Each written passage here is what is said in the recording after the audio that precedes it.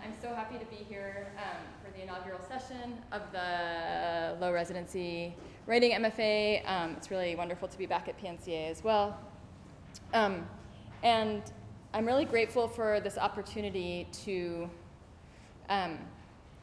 start to formalize an idea that I've had for a while, something about some relationship between pop music and narrative fiction, that sort of a hunch. So this is me sort of working out a hunch that I've had for a while. I do want to give a bit of a disclaimer before I begin. I'm going to be talking about music and writing, moving back and forth between the two in ways that might strike some people as a little bit sloppy, discipline-wise. But I'm all about the sloppy discipline crossings. I think it has a lot to do with sort of how we take in art and experience the world.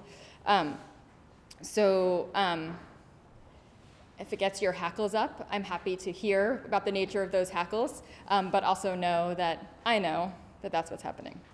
I feel that I would say the talk is sort of driven by an anti-expert ethos. So I would love your contributions if we have time for questions and stuff at the end too. So thanks for being willing to explore this idea with me. Okay, so I'm going to talk for a little while. There'll be some intermittent slides. We'll listen to some stuff. I'll ask you some questions from time to time. I'm also happy if people have questions, like while I'm talking, I'm happy to pause to answer. And then we'll have some more interactive time at the end too, hopefully. So Jay, since we're starting a little late, when are we going to, would you say? We can go to 5:30. Okay. 5:30. Yeah. 5:35. I mean, we can Yeah. be a little. Okay. Yeah. Cool. Great. I didn't mention Sarah Jaffe will be a core faculty member a year from now, next summer, in fiction prose. Cool. Thank you. Okay. So you said I don't have to lean over into this, right? I feel like I'm doing this thing. I should just stand normal? Yeah. Okay, great. I'm going to try to stand normal. Okay. So I spend a fair amount of time, probably more time than I should, trying to figure out what kind of writer I am. This probably comes from my being innately neurotic and anxious to classify, also probably something about capitalism and marketability, but also on the flip side, what some friends have called punk damage, the ingrained incessant sorting of mainstream from underground, the sense that the less commercially viable a work is, the more authentic it is. This questioning also comes from my own journey as a student of writing. To summarize, I was in undergrad workshops where we were all trying to write New Yorker stories, basically. Then I moved to San Francisco and was in community-based workshops practicing radical experimentalism. And then I was in an MFA program where the grain of the sentence trumped all else. So my work, to my eye, amalgamates all these different experiences as a student of writing. But I don't know, what's the genre for that? Because sometimes one needs to look out in order to look back in. It was music that started giving me a framework for understanding what my own writing, and much of the writing I most admire, was doing. I was driving around Brooklyn one day in 2010 or so, listening to the Beach Boys' Pet Sounds, which I'd somehow never really paid attention to before. How many people have spent time listening to Pet Sounds? Okay, cool. How many people have heard of the Beach Boys? Okay, great. I kept returning to the third track, That's Not Me. What was it that captivated me? Yes, the melancholy lyrics in contrast with the upbeat major chord instrumentation. Yes, I love when lyricists use the word pretty to describe something that is not a woman or a flower. It has this refrain, I soon found out that my lonely life wasn't so pretty. As I kept listening, I realized that my fascination has something to do with how the song moved, how it was structured, how it kept acting like it was heading somewhere expected, but kept subverting that expectation. And I call that structure all hook, no chorus. So to take a minute to sort of break things down and define, forgive me if I am stating something that feels obvious. Verse, chorus, verse has been the predominant song structure in Western popular music since the advent of rock and roll in the 1950s. Sometimes there's a bridge to sort of carry us to that last verse or chorus. It's definitely not the only song structure to make the charts, but it's certainly the most common. I did a little test. I was like turned on Z100 as I was driving down here, and certainly every song that I heard had a chorus of some kind or another. So, something along the lines of this, like we have a verse, we have a chorus, we have a verse, we have that really climactic chorus, and then we sort of have this bridge, which brings us to some, again, repetition of a chorus, but also some sense, I suppose, of resolution or completion. And I'm using the term pop song here fairly loosely, but I wonder, like, when I say the word pop song, what song comes to mind for you? Somebody call out a song that comes to mind when I say pop song. The Cars. I'm bringing sexy back, just sincerely. Cool. And does that song have a chorus? What's the chorus of that song? I mean, it's just I'm bringing sexy back as the chorus, Yeah, right? right, that's Yeah. it. He's just like. Yeah. Right. What Cars song were you thinking of, Jay? My mind is so mush right now. I'm just hearing it. It's maybe just like I need it. Got a chorus, yeah.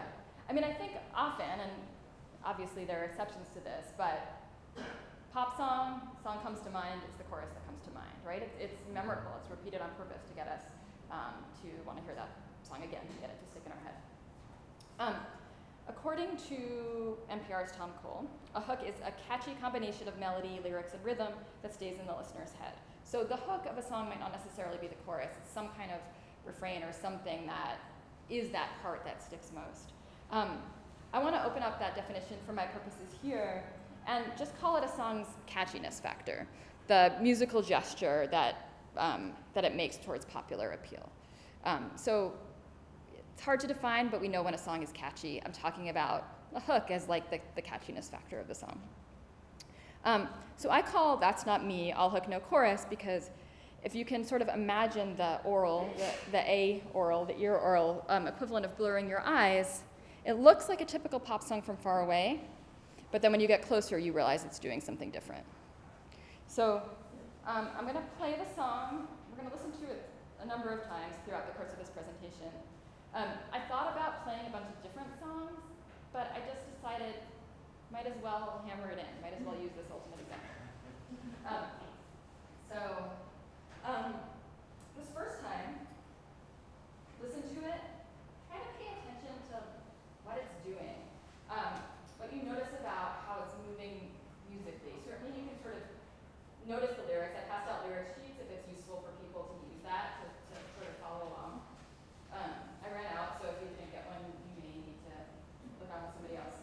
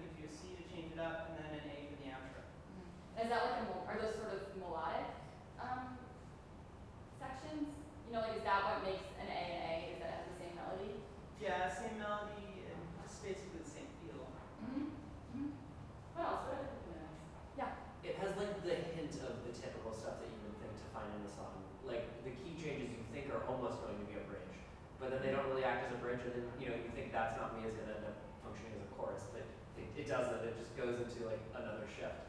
And so I think it's really weird how you almost get baited into believing there's going to be one of these like formal structures and then completely goes to something else. Yeah, it's a bridge, but like to what?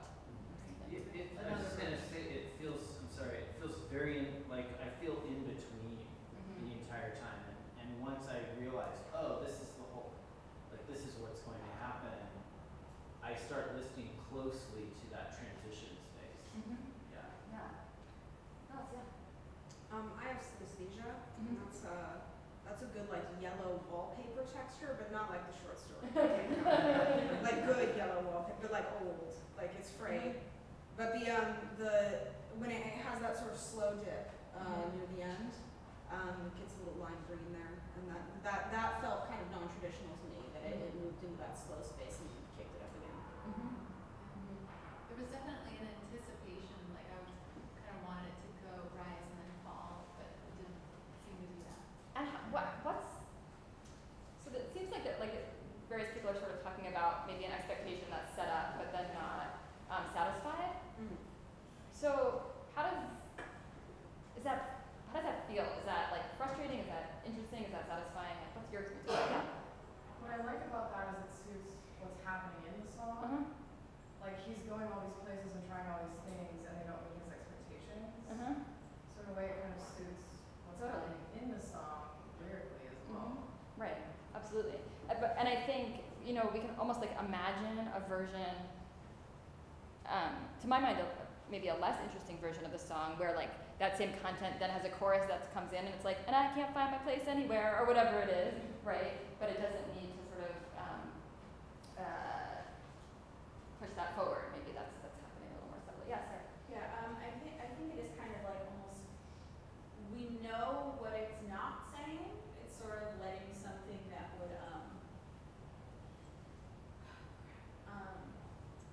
like you said, another song with a similar theme might have gone there, and they chose not to. But because of the cultural language we speak, we understand what's implicitly not being said. Absolutely. And I grew up knowing the Beach Boys hits that were on the radio. I thought all their songs were about surfing and good vibrations. And it wasn't until I got a little bit older that I understood the genius of Brian Wilson and the fact that all this is very calculated, right? He very much knows what he's doing. With the creation and the subversion of expectations.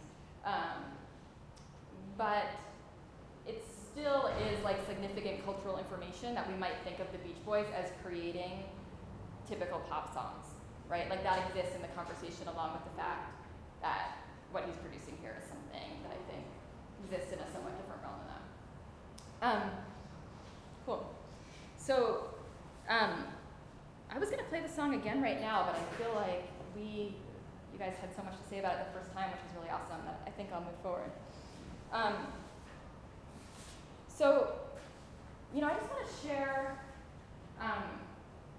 what to me are sort of the defining qualities of the ultimate all hook, no chorus song. Many of these are things that you guys have already brought up.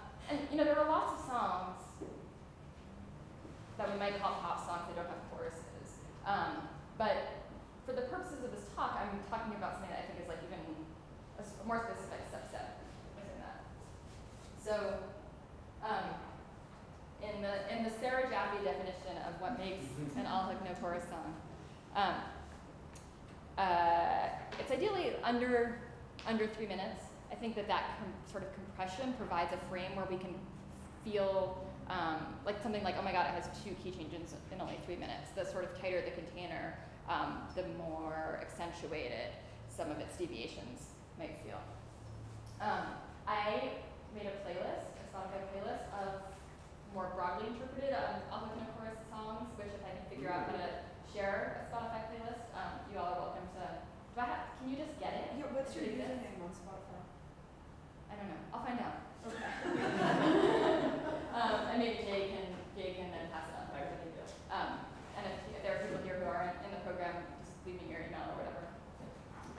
But so I did put some songs on the playlist that don't quite fit these qualities. If anybody knows Black Sabbath's "After Forever," I think that's a really interesting example because it has all these different sort of melodic sections that don't lead where you think they might, but it is more than 3 minutes.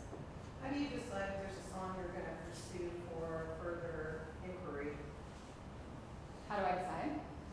Because you have Black Sabbath and the Beach Boys, and I just wondered what's your thought process on this is an interesting thing that piques my interest Yeah. to look at?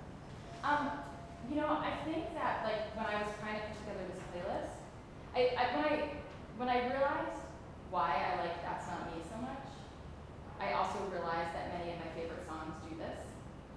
So basically, in order to like throw the 25 songs or whatever on the playlist I did, I just thought about my favorite songs and which ones fit that criteria or didn't. Yeah. I did some searching online for like songs without a chorus, but and those exist, but not necessarily in the way I'm talking about. And also, I figured if it wasn't a song I loved, I probably couldn't talk about it in that interesting way. Okay, so there's often a refrain and some repetition, as was noted. But for this particular instantiation of an all hook no chorus song, it still has sort of distinct parts and shifts, right? Like, my friend Seth has a category of songs he calls straight line songs that are just sort of all repetitions of the same melodic line throughout, for example. Those are examples of songs that could, I guess, be described as all hook no chorus, but that's not exactly what I'm talking about here. Or songs that sort of get in groove and simply accumulate. I mean, certainly dance music, although that's sort of a whole other genre in terms of its sprawlingness. Also, I think a lot of classic soul songs work really interestingly with refrain and with no chorus. I was thinking about Irma Thomas's It's Raining, if that's a song anybody's familiar with. And I put some of those songs on the playlist too, but again, those songs are sort of A, and I'm interested in what happens when we move to these other sections, but we don't necessarily go where we think they will. There are other subcategories like, there's some songs that like have something that might serve as a chorus, but the words are different every time, or maybe it's just instrumental. So again, those like do subvert expectations as well. I think story songs are also an interesting category. Often there's like so much narrative poured into the verses in a story song that we don't necessarily really have a chorus. I put, people know, for example, Bobby Gentry's Ode to Billy Joe. That song doesn't have a chorus really, but it's sort of so samey that I find another song of hers called Apartment 21, which I put on the playlist even more as an example of this. I'm a music nerd. I don't know if I said that. Just say that. And just sort of by extension, as we were talking about, there's a sense that there's sort of like a path, but it goes nowhere. An unexpected return, subtle shift. So there's like this movement, but it's not quite happening in the way that we expect.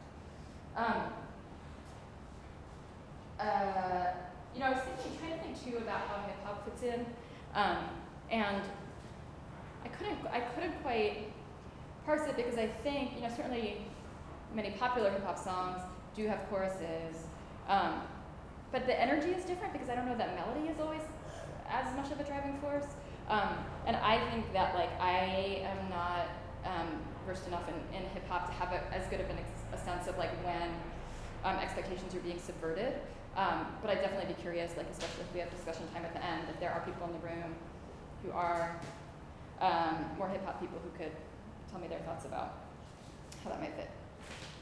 So anyway, to summarize, what clicked for me when listening to That's Not Me was that it's possible to engage with popular forms while not abiding wholly by their formula. And sometimes this deviation is intentional, sometimes it's not. I don't believe in the whole you have to know the rules to break the rules thing, but that's a separate talk, I think. And I realized that confluence of awareness of formula while deviation from it, that tension is also what excites me most in narrative fiction. So I want to move now to a middle distance, right? Not the super zoomed out blurry space where everything looks alike, or the right up against it where we're all trees, no forest. I want to be back in the land of the visual representation that we looked at when we looked at that chart of the verse, chorus, verse, song. And I want to talk about narrative structure and plot specifically, and I want to talk about them in relation to form. So, all these words that we use to talk about writing, to talk about fiction, we use them all the time, and I think we all sort of have different ways that we define them. So I'm going to do some defining of terms to delimit how I'm using them here, and just to clarify in that way. So when I'm talking about form, I like this definition by Caroline Levine. Form is an arrangement of elements, an ordering, patterning, or shaping. I also like Jane Allison quotes the fiction writer Ronald Sukenik as saying, "Form is your footprints in the sand when you look back." So when we think about form, we think about shape, we think about arrangement, we think about order. For many of us, our first education in what plot is comes as form. The arc, the conventional plot curve, free text triangle, however it was defined to you when you initially learned about it. The rising action, climax, denouement, that whole thing. I'm sure we've all seen this a million times, but I will put this here just in case anybody needs to be reminded. I think, I remember like when I was first taught of like, what is plot? What is a story? I was taught this is what a story is. Have other people in the room had similar experiences? And we may notice that this is not dissimilar from that, this structure that we have right here.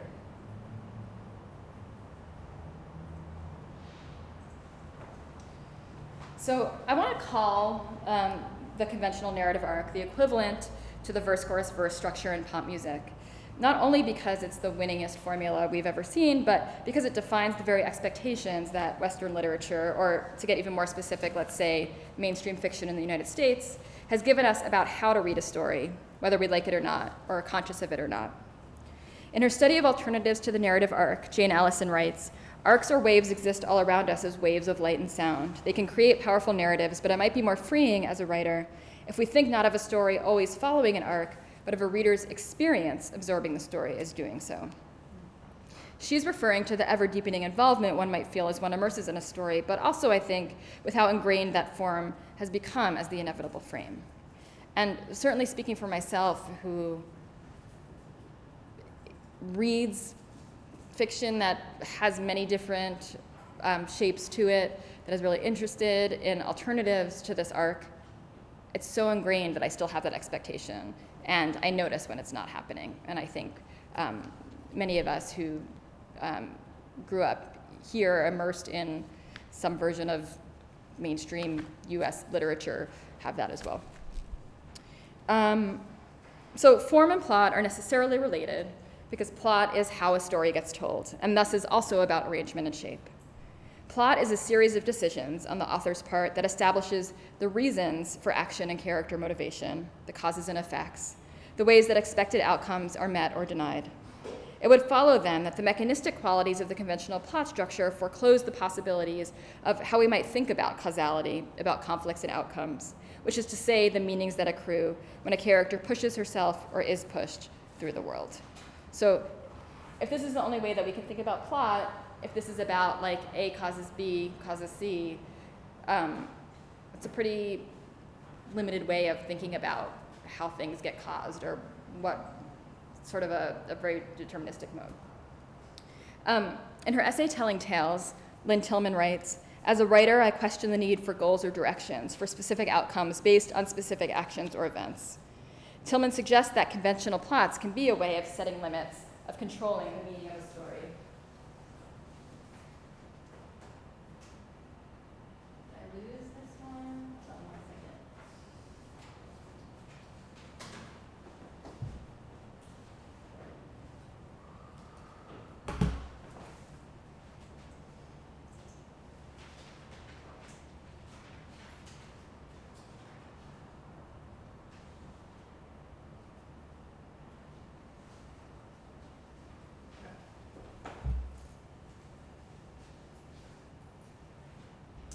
Tillman goes on to write, As a writer, I question the need for goals or directions, for specific outcomes based on specific actions or events.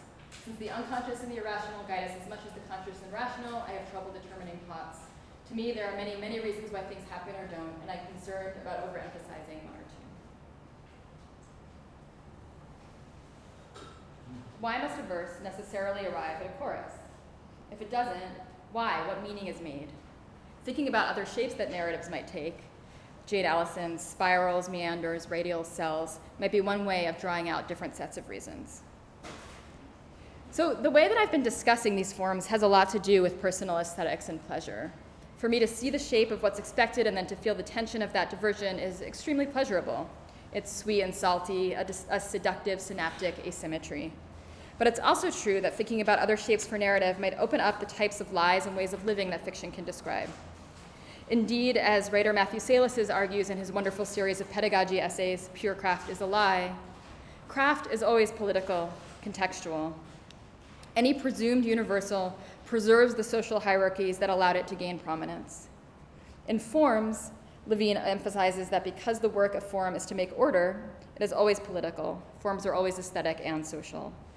Levine might take issue with the way that, as a writer, I err toward letting craft become totalizing. She argues that we limit the way we read literature when we focus on aesthetic forms over the social forms communicated in a text content. But I hope she'd be forgiving, particularly when, in the next portion of my talk, I look at how some less conventional narrative forms provide apt containers for what their stories communicate. So this is where you can take out the stories.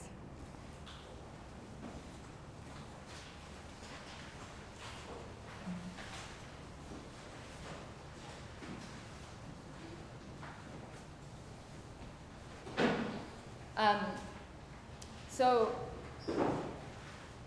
I chose two very short stories. Lynn Tillman, whose essay I quoted from above, a short story of hers from 1991 called Hung Up, and Stephen Graham Jones's Discovering America, which is from 2000-something. I have a slide later that says one. Maybe about 10 or 15 years old. And I chose these particular stories because, as sort of with the tight frame of pop songs as I discussed earlier, they're short. I think it gives us a nice sort of contained frame for thinking about them. They're by writers who work in a lot of different modes. They both have work that is more and less experimental, I would say, than the stories we're looking at today. So it sort of displays an awareness of the different ways one might work with plot. And the stories they have plots. There is much literature that I enjoy that I would say sort of throws plot out the window, is non-narrative perhaps. But again, because we're thinking about how the norms are both engaged with and subverted, it was important that I choose stories that I would say do have plots, because those plots create expectations. And then we can sort of see where they go with them. So I'm hopeful that it will make sense to talk about these stories without you having read them. Please do read them. But if I talk about them in a way that brings up questions, feel free to ask. So in Hung Up, an unnamed, ungendered narrator makes a series of phone calls from a payphone to the man she's about to move in with. He keeps saying hello and hanging up, and she becomes convinced that their relationship is falling apart. Eventually, the narrator ends up at another payphone, and the lover answers, and they make a lunch date, at which time he talks about the, quote, crazy person who'd been calling him and not answering all morning, till he took the phone off the hook. So at this point, the narrator admits to being the crazy person, and the man friend says, "Why would I hang up on you?" in what's described as a kindly way, gaslighting but with tender intent. At the story's conclusion, the narrator proclaims to the reader, not to the man across the table from her, that next time they'll be more flexible and less catastrophizing if something like this happens again. So we have a series of phone calls. They keep not going through. The narrator builds it up in their head as something terrible happening with the relationship, and the boyfriend is like why would I hang up on you? And they're sort of brought to reckon with that. So to think about how the story creates a sense of expectation, there's the repetition of the phone calls, right? Someone makes a phone call, we expect it to go through, it's not going through. Creates a sense of rising tension. The narrator's mounting concern about what this lack of connection means. I think of these actions and interactions as the hooks of the story. They're the thing that makes us keep paying attention. But instead of an explosion, a chorus or climax, there's a sort of veering, a diffusing that unsettles with how quickly it comes. When the narrator proclaims in the final sentence that, quote, flexibility is one of the signs of mental health, they're clearly protesting too much. They're trying to convince themselves. So the visual narrative that I imagine for the story is one that sort of starts out looking like a conventional plot curve, but then like hits this wall where there's this like idea that communication is happening, but it's clearly not really happening. This says kindly. I was trying to use a mouse to write that, but the narrator's kindly manner is what sort of stops things short. They're not able to have it out because she's crazy for having thought that something would be going wrong. And it doesn't sort of comfort or resolve as much as it purports to. In this deceptively simple story, the relationship dynamics come across as far more complex than many stories 10 times its length. Discovering America, the next story by Stephen Graham Jones. Has anybody read either of these stories before, by the way? Is anyone familiar with the work of either Lynn Tillman or Stephen Graham Jones? With both of them, or just Lynn? Tillman,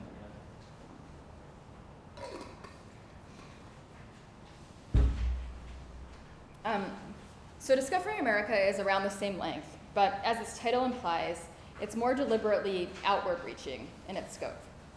The story is broken up into 5 sections. Each begins, because I'm Indian, in a particular location in the United States. And this signals us to pay attention to causality, that is, plot.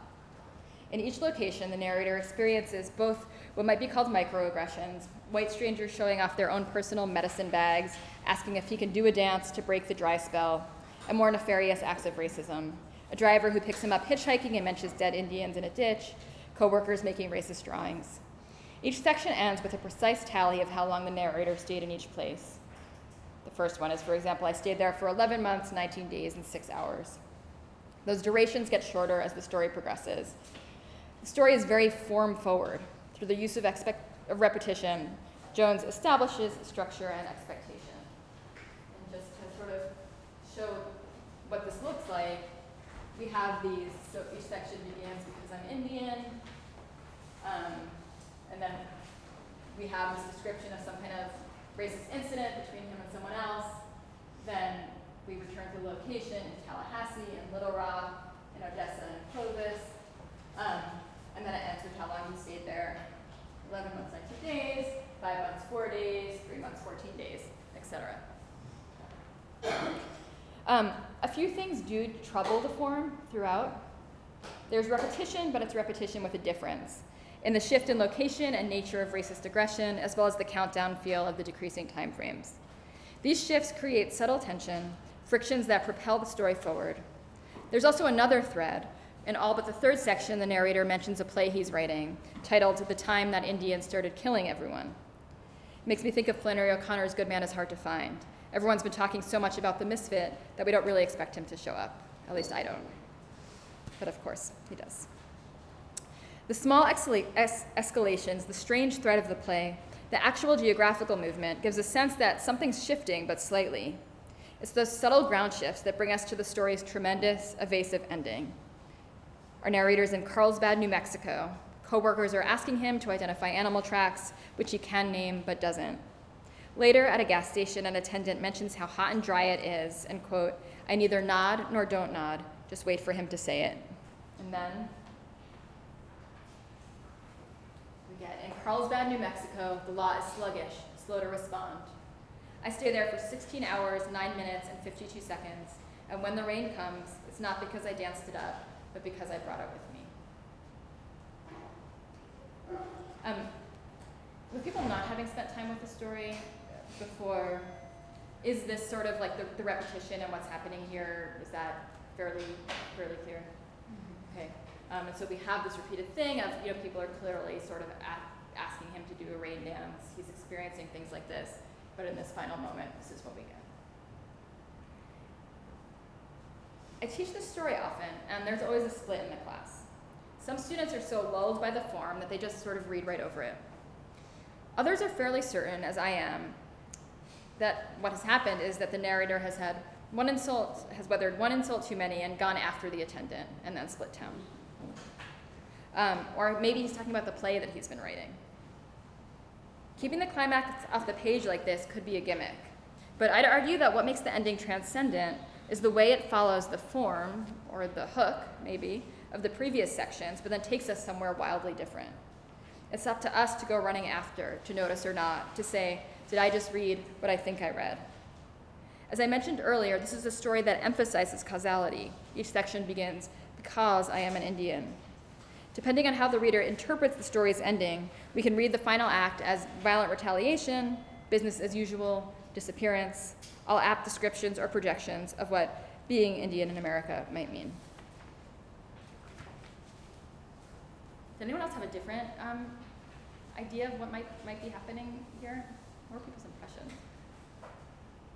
I just want to make sure that we're reading right just because of the way it's scheduled. So then, okay, we got the cover, right? And then we're reading, I have no idea. So Discovering America, so we're reading the right-hand side, next full page, and then 142, we're reading the left side and not the right side? Yes. Okay. So it ends with, when the rain comes, it's not because I can't get up, because I brought it with me, right? Yes. That's the end of it. Okay. Yeah. Mm-hmm. That's what I need to know. Yeah, thank you for asking. I really encourage you, when you do have a chance to reflect on the story, if possible, to vary what I've just been talking about and think about like, what impression it gives to you as to what's happening here, what's happening off the page, what's not being said.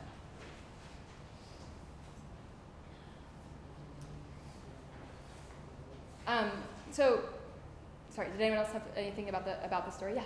So then I realized that that time shortens. Yeah. From the first one, it's like we're talking like almost a year, Mm-hmm. and then half a year, then a month, then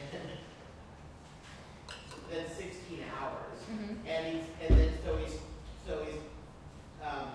counting time from months to hours, and then he ends with counting it down to seconds. Mm-hmm. And I can't tell if there's violence at the end. You can tell that there's a progression, that he gets fed up with all the stupid comments that he's being told. Mm-hmm. I mean, come on, chief, you stopped somebody today. Mm-hmm. That I can see that being a game ender, but there's a reason why there's the observation in Carlsbad, New Mexico, the law is sluggish, slow to respond.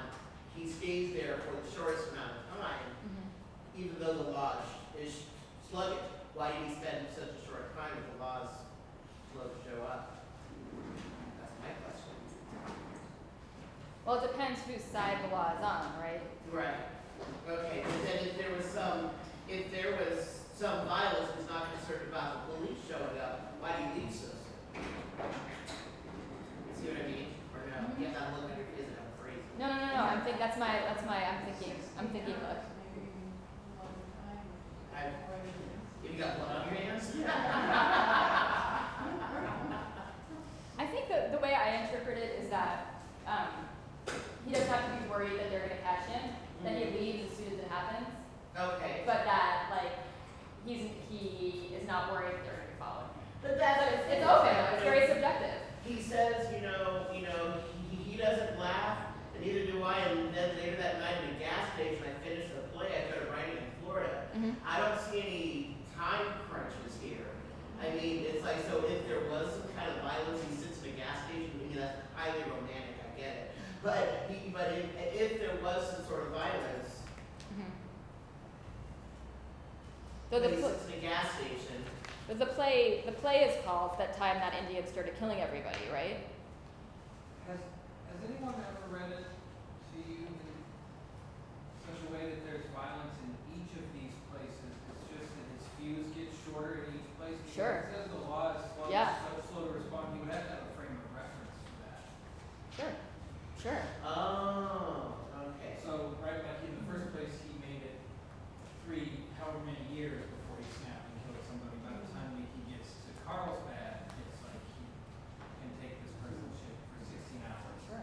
You know, like it's 16 hours before. Yeah, I mean, I think to me what's so exciting about the story is that when we look back at like this schematic of it, it seems like it's so tightly controlled. It seems like there is no room for anything to happen other than what's on the page. But there's actually so much openness to it and so much ambiguity. But then, oddly, it's like in the very first paragraph, you should do a rain dance or something, she tells him. She's never seen heat like this, like in New Mexico, in the place she's sweating.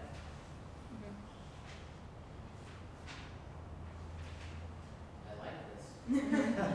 Yeah, I mean, I think the play is like another really interesting, provides this sort of like parallel but very varied through line. We don't know if what's happening is what really happened or is a dramatization of what's happening throughout.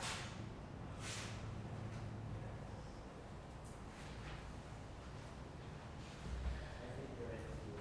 There's violence out there, obviously. And I think also to give some context about Stephen Graham Jones, he writes a lot of different kinds of stuff. Some of what he writes is horror. So it wouldn't be a leap to think that something bloody is happening off the page. But we don't know. I don't know if anybody has read this Thomas Pynchon story that he refers to, Mortality and Mercy in Vienna. It's this awful, horribly racist story about an Indian man who does commit acts of violence, but told from the perspective of the white people in the room. So I think there's also a way in which the story is a retelling or reclaiming of that story. I don't recommend you read it. You don't have to. Yeah, I definitely read it as violence happening in some of the scenes, especially with the use of the word scream midway through page 141. When the author writes in focus, they don't turn their trucks off, so you can talk on the phone. So you have to scream, which at least to me, the word choice scream seems to imply violence in some way or another.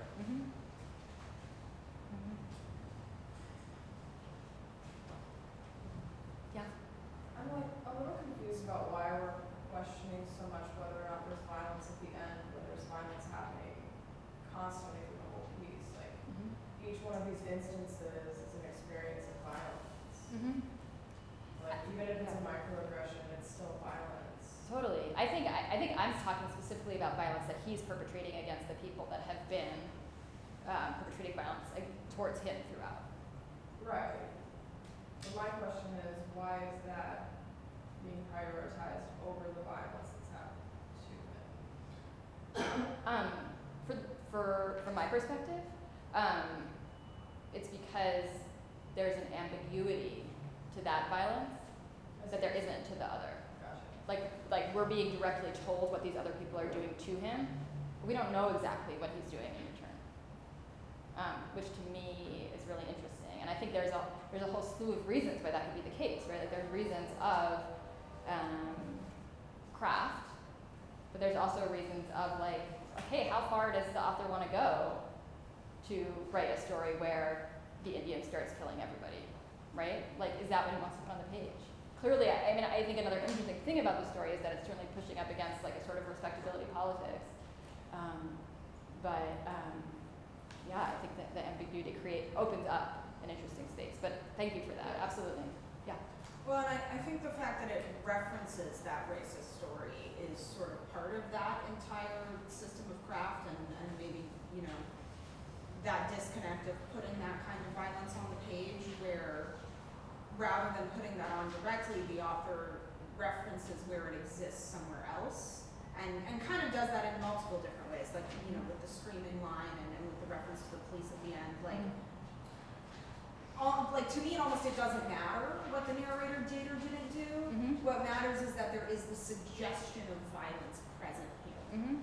And clearly, I think the narrator wants to retaliate, regardless of whether he did or not. Mhm. Yeah, absolutely. And I think, you know, to reiterate a point I made earlier,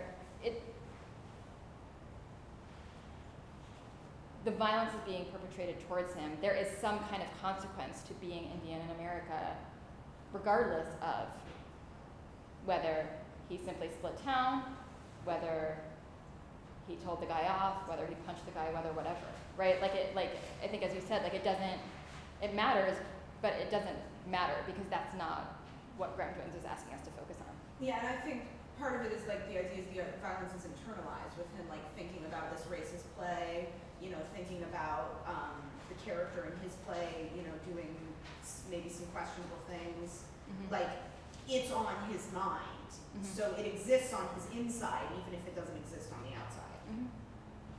Yeah.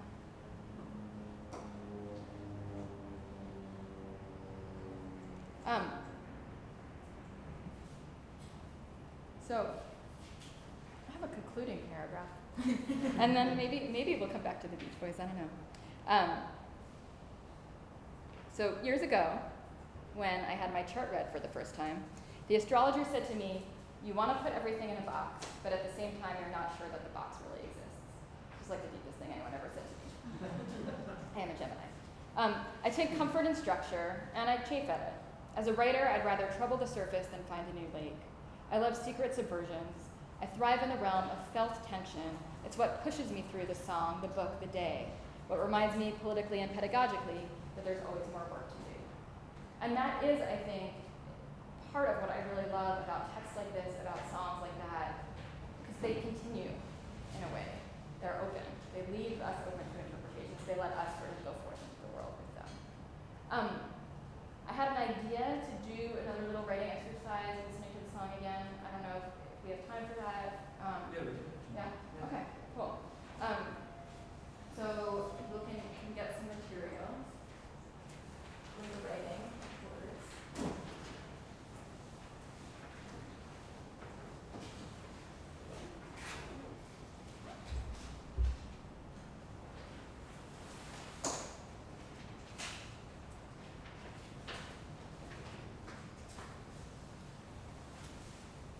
So earlier I was asking you specifically to pay attention to the musical structure of the song as opposed to the lyrics, but as I think you pointed out, sorry, what's your name?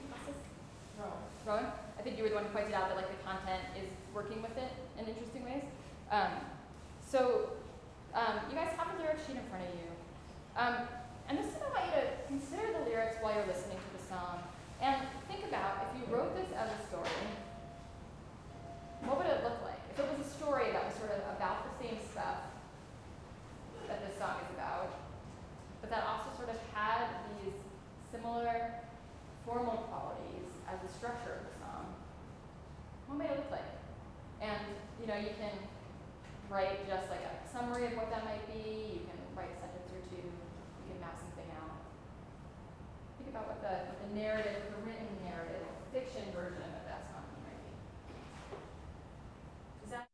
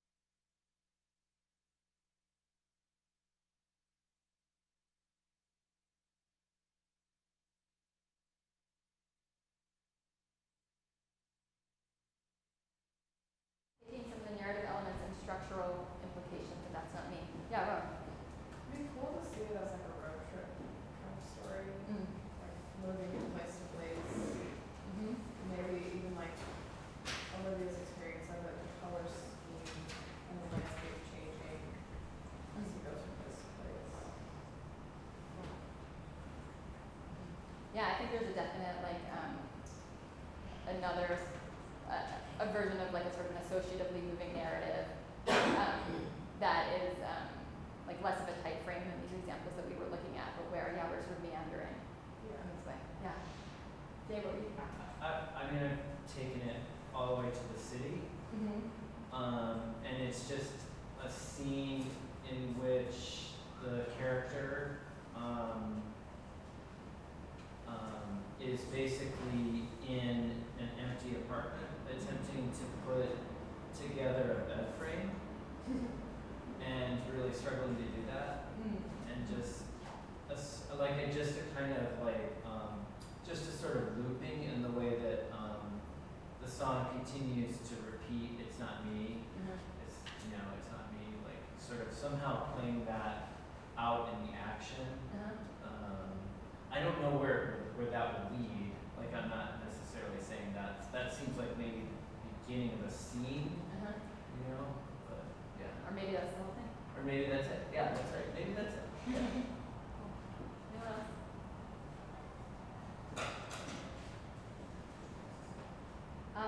Thank you guys so much. Thanks for letting me do this.